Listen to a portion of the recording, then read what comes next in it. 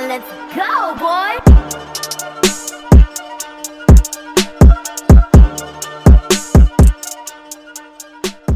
What is up, folks? This is CJ here, and me and Sue are back. Ooh, buddy. Sorry. Let's run that again, please. This is CJ here, and me and Sue are back talking movies again, and we're talking Free Guy. Probably one of the most unexpected movies that, at least for me, I was genuinely shocked how good it was. I mean, I don't know how you felt about it. I'm gonna say this: in the world of video game movies, or just movies that just take place in a video game world, or another way to describe it, movies that use, well, I want to say, movies that emulate the video game source materials are seriously stepping their game up. I mean, a lot of this stuff is very visually impressive, and of course the safe way to do it is make a comedy out of it. Yeah, the basic premise of the movie is pretty easy to go with, at least from the trailers and stuff. Ryan Reynolds plays an NPC character named Guy in this world that's kind of like a cross between GTA and Fortnite. No, not so much Fortnite. It's more of GTA and The Sims. Yeah, well, I say Fortnite based on how some of the characters act and stuff, but like his character kind of starts growing sentience a little bit, and it plays into the overarching mystery of like his character, and also this chick by the name of Molotov Girl, who not Molotov, why did I say Molotov Girl? Was it Bombshell? My bad. Mm-hmm. And no, Molotov Girl. Well, he does call her Molotov Girl in the story. Yeah, true. Yeah. So she pops up in the game, and she's clearly got she's clearly different than the typical, characters in this free world game or whatever. And he starts developing kind of like a crush on her, and you realize there's something bigger than this. And you also get to the real world stuff with Taika Waititi playing the game publisher, which it's funny because this movie is also kind of like a way of taking basically a hit on game developers. Oh yeah, not just any game developers.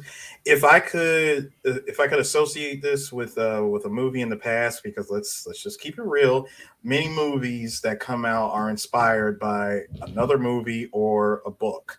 And in this case, I got serious Tron 1 vibes from this story.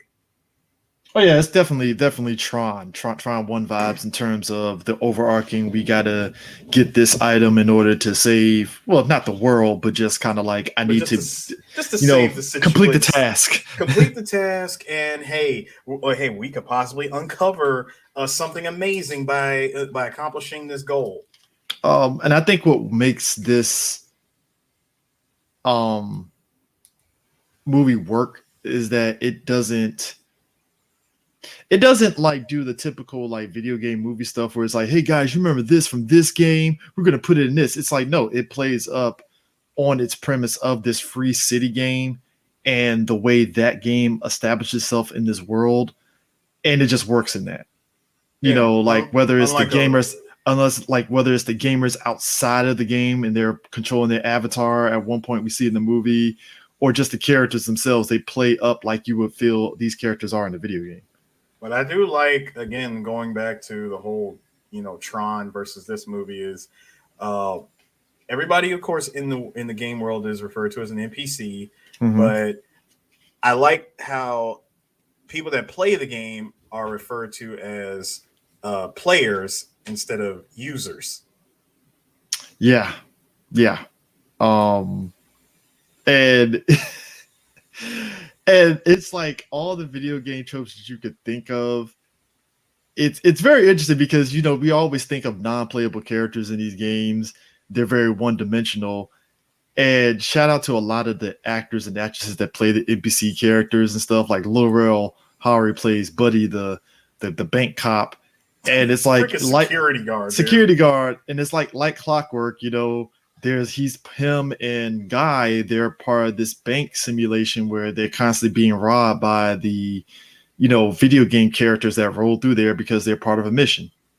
Yeah, pretty much. Like every time, basically, they're always robbed by a player. A player will come in, rob them because, hey, it's free and easy money. Yeah. And it's just like to see him playing Buddy, who's like, unlike Guy, he's not self-aware, but he's just always questioning, like, no, man, what? No, this is what they always do. You know, they rob the bank, take the bank off, and, you know, just lay on the ground, just let them do what they gotta do, you know.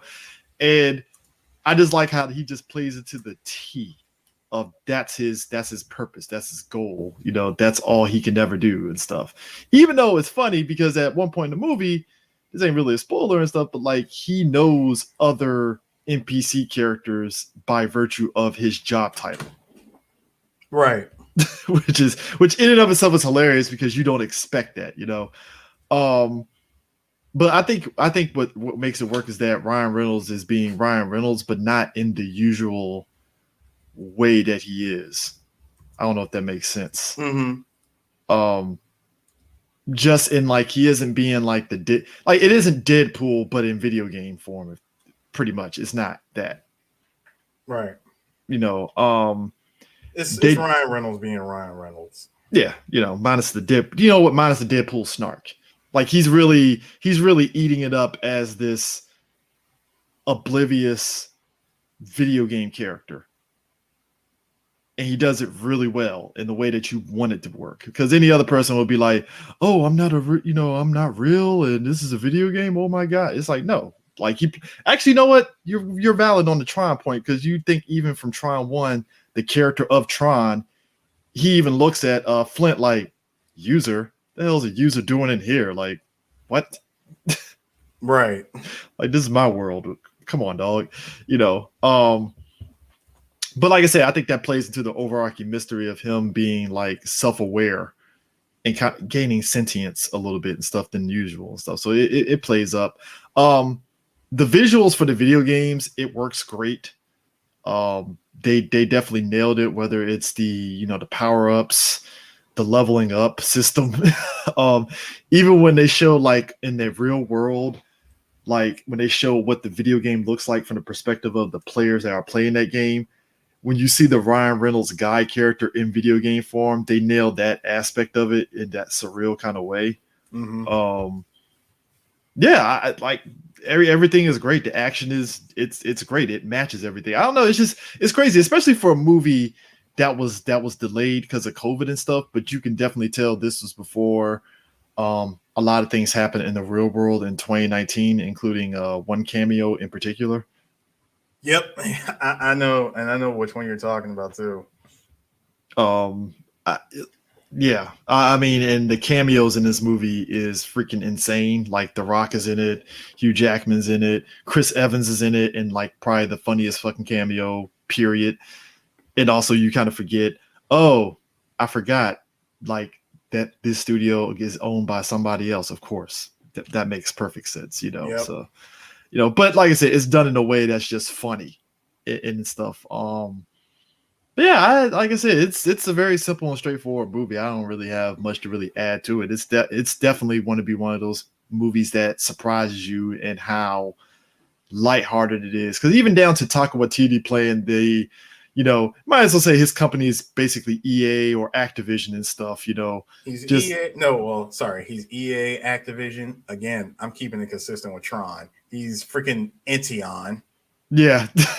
Except he doesn't have a master computer, master control person, controlling the video game world and stuff. I was seriously waiting for that, like for a point in the movie where you would just hear the computer go, "I'm afraid I can't allow you to do that. I'm going to have to put you on the game grid."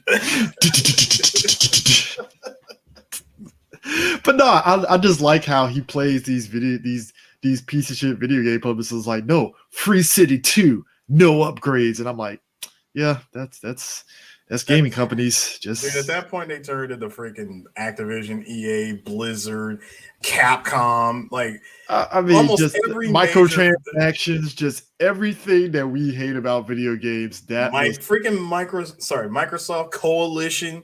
God knows the Gears of War and those DLCs out of 4 and 5 were stupid.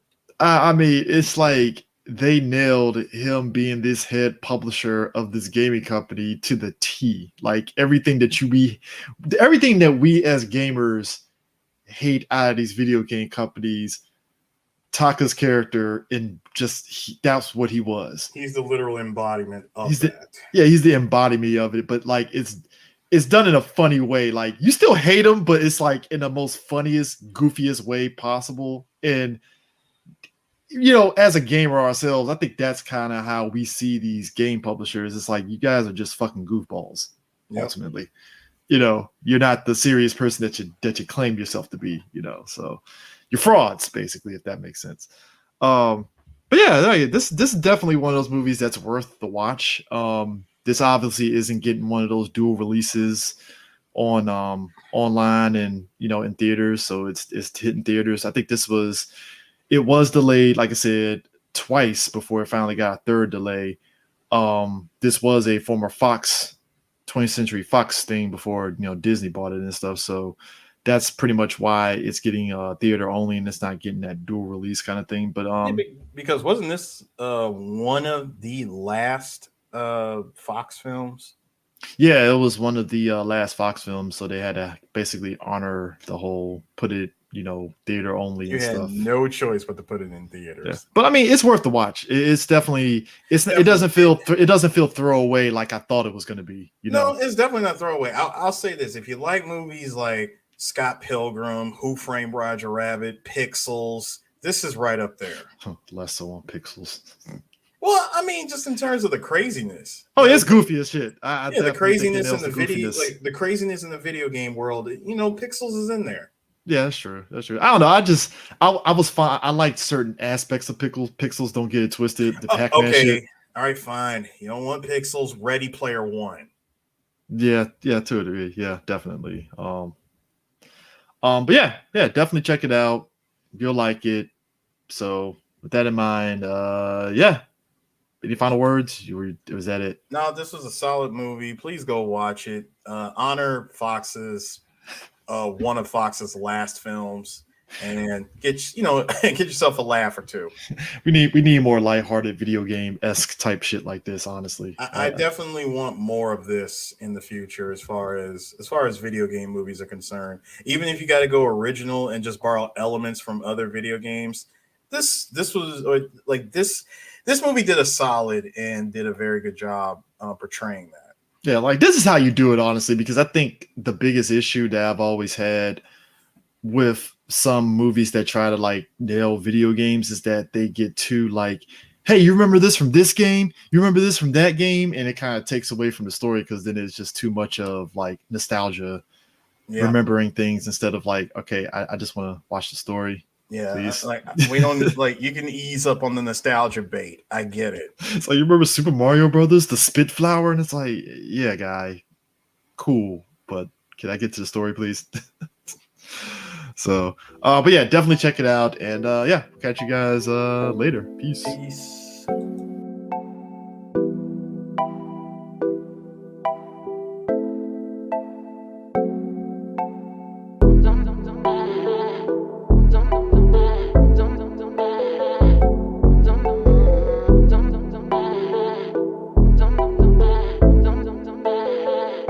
That boy is Benny Hanna.